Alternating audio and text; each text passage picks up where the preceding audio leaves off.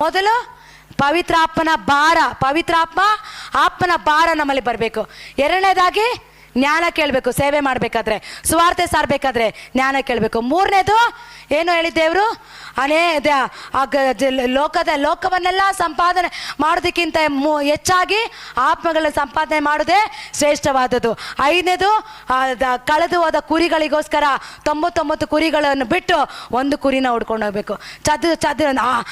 ನಾಲ್ಕನೇದು ಆತ್ಮಗಳನ್ನು ಗೆಲ್ಲಬೇಕು. ಐದನೇದು ದೇವರ ಮಕ್ಕಳೇ, ಚದುರು ಹೋಗಿರೋ ಆತ್ಮಗಳಿಗಾಗಿ ನಾವೇನು ಮಾಡಬೇಕು? ತವಕ ಪಡಬೇಕು, ವೈರಾಗ್ಯ ಉಳ್ಳವರಾಗಿರ್ಬೇಕು. ಅವರು ಬರೋವರೆಗೂ ಅವರಿಗಾಗಿ ಪ್ರಾರ್ಥಿಸಬೇಕು, ಆತ್ಮಗಳನ್ನು ಗೆಲ್ಲಬೇಕು. ದೇವರ ಮಕ್ಕಳೇ, ಅದೇ ದೇವರ ಚಿತ್ತವಾಗಿದೆ. ಅದೇ ರೀತಿ ದೇವರ ಮಕ್ಕಳೇ, ನಾವೆಲ್ಲರೂ ಪ್ರಾರ್ಥನೆ ಮಾಡೋಣ. ಮೊದಲು ಜ್ಞಾನ ಇದ್ದರೆ ಎಲ್ಲವೂ ಆಗುತ್ತೆ. ಎಲ್ಲವೂ ಪ್ರತಿಯೊಂದಕ್ಕೂ ಜ್ಞಾನ ಬೇಕು. ಆ ಜ್ಞಾನವನ್ನು ಕೇಳೋಣ. ದೇವರೇ, ನನಗೆ ಜ್ಞಾನ ಕೊಡಪ್ಪ. ಕುರಿಗಳ ಸ್ವರ ಕುರುಬನಿಗೆ ಕೇಳಿಸುತ್ತಂತೆ.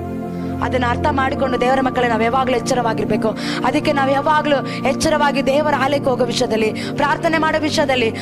ಇವತ್ತು ಅನೇಕರು ಹಣ ಸಂಪಾದನೆ ಮಾಡೋದ್ರಲ್ಲಿ, ಕೆಲಸ ಮಾಡೋದ್ರಲ್ಲಿ, ದುಡ್ಡು ಸಂಪಾದನೆ ಮಾಡೋದ್ರಲ್ಲಿ ಈ ರೀತಿಯಾಗಿ ಅನೇಕರು ಜೀವಿಸ್ತಾ ಇದ್ದಾರೆ. ದುಡ್ಡು ಎಷ್ಟು ಸಂಪಾದನೆ ಮಾಡಿದ್ಯಾ? ದುಡ್ಡು ಕಲಿಸು ನನಗೆ.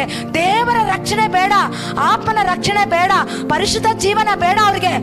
ಈ ಲೋಕದಲ್ಲಿ ಹಣ ಸಂಪಾದನೆ ಮಾಡ್ತೀಯಾ? ದುಡ್ಡು ಸಂಪಾದನೆ ಮಾಡ್ತೀಯಾ? ಇವತ್ತು ನಿನ್ನ ಜೀವಿತದಲ್ಲಿ ಏನ್ ನಡೀತಾ ಇದೆ? ಏನಾಗ್ತಾ ಇದೆ? ನೀನು ಉದ್ಧಾರ ಆಗಿದ್ಯಾ? ಮೇಲೆ ಬಂದಿದೆ? ಈ ರೀತಿಯಾಗಿ ತವಕ ಪಡ್ತಾ ಇದ್ದಾರಾಗ್ಲಿ, ರಕ್ಷಣೆ ಕುರಿತು ಯಾರು ಚಿಂತೆ ಮಾಡ್ತಾ ಇಲ್ಲ. ದೇವರ ಮಕ್ಕಳೇ, ಸೈತಾನ ಇವತ್ತು ಅನೇಕರನ್ನ ಬಂಧಿಸಿಟ್ಬಿಟ್ಟಿದ್ದಾನೆ. ಸೈತಾನ ಅನೇಕರನ್ನ ಏನ್ ಮಾಡ್ಬಿಟ್ಟಿದ್ದಾನೆ? ಇವತ್ತು ಅನೇಕರನ್ನ ಕಣ್ಣನ್ನ ಕುರುಡು ಮಾಡಿ ಸತ್ಯ ವಾಕ್ಯವನ್ನು ಅರಿಯದಂತೆ, ಸತ್ಯವನ್ನು ತಿಳಿದುಕೊಳ್ಳದಂತೆ ಇವತ್ತು ಕತ್ತಲಲ್ಲಿ ಜೀವಿಸ್ತಾ ಇದ್ದಾರೆ.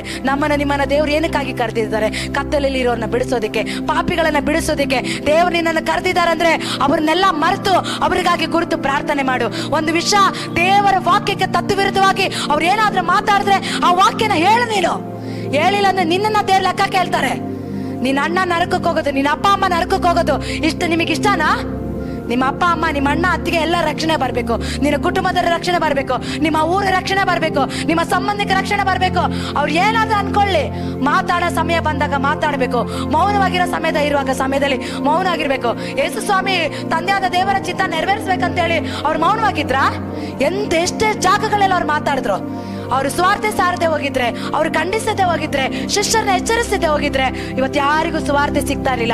ಯಾರು ಕತ್ತಲಿಂದ ಬೆಳಕಿಗೆ ಬರ್ತಾ ಇರಲಿಲ್ಲ. ದೇವರ ಮಕ್ಕಳೇ, ತಪ್ಪನ ಜಾಗದಲ್ಲಿ ತಪ್ಪನ್ನ ಖಂಡಿಸಲೇಬೇಕು, ಸರಿಯಾದ ಜಾಗದಲ್ಲಿ ಸರಿಯಾಗಿ ಹೇಳ್ಬೇಕು.